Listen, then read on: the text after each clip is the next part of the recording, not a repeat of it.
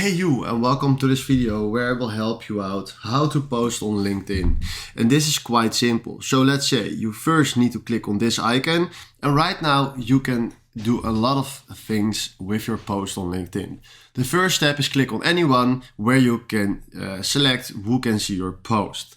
Now for me anyone is fine, so let's do it on anyone. And then from here we can do a lot more.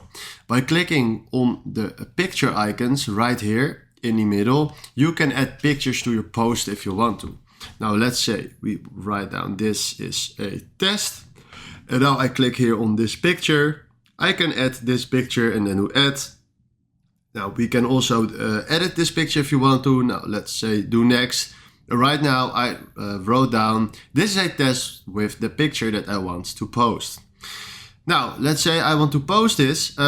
We can do two things. We can immediately post it, but if you click here on the clock, you can schedule your post on LinkedIn by filling in the date, the time, and then he will schedule your post. Now, from now, if you click here on post, we just post on LinkedIn, but I don't want to post this message, so I won't let it see to you guys. But this is exactly how you can post on LinkedIn.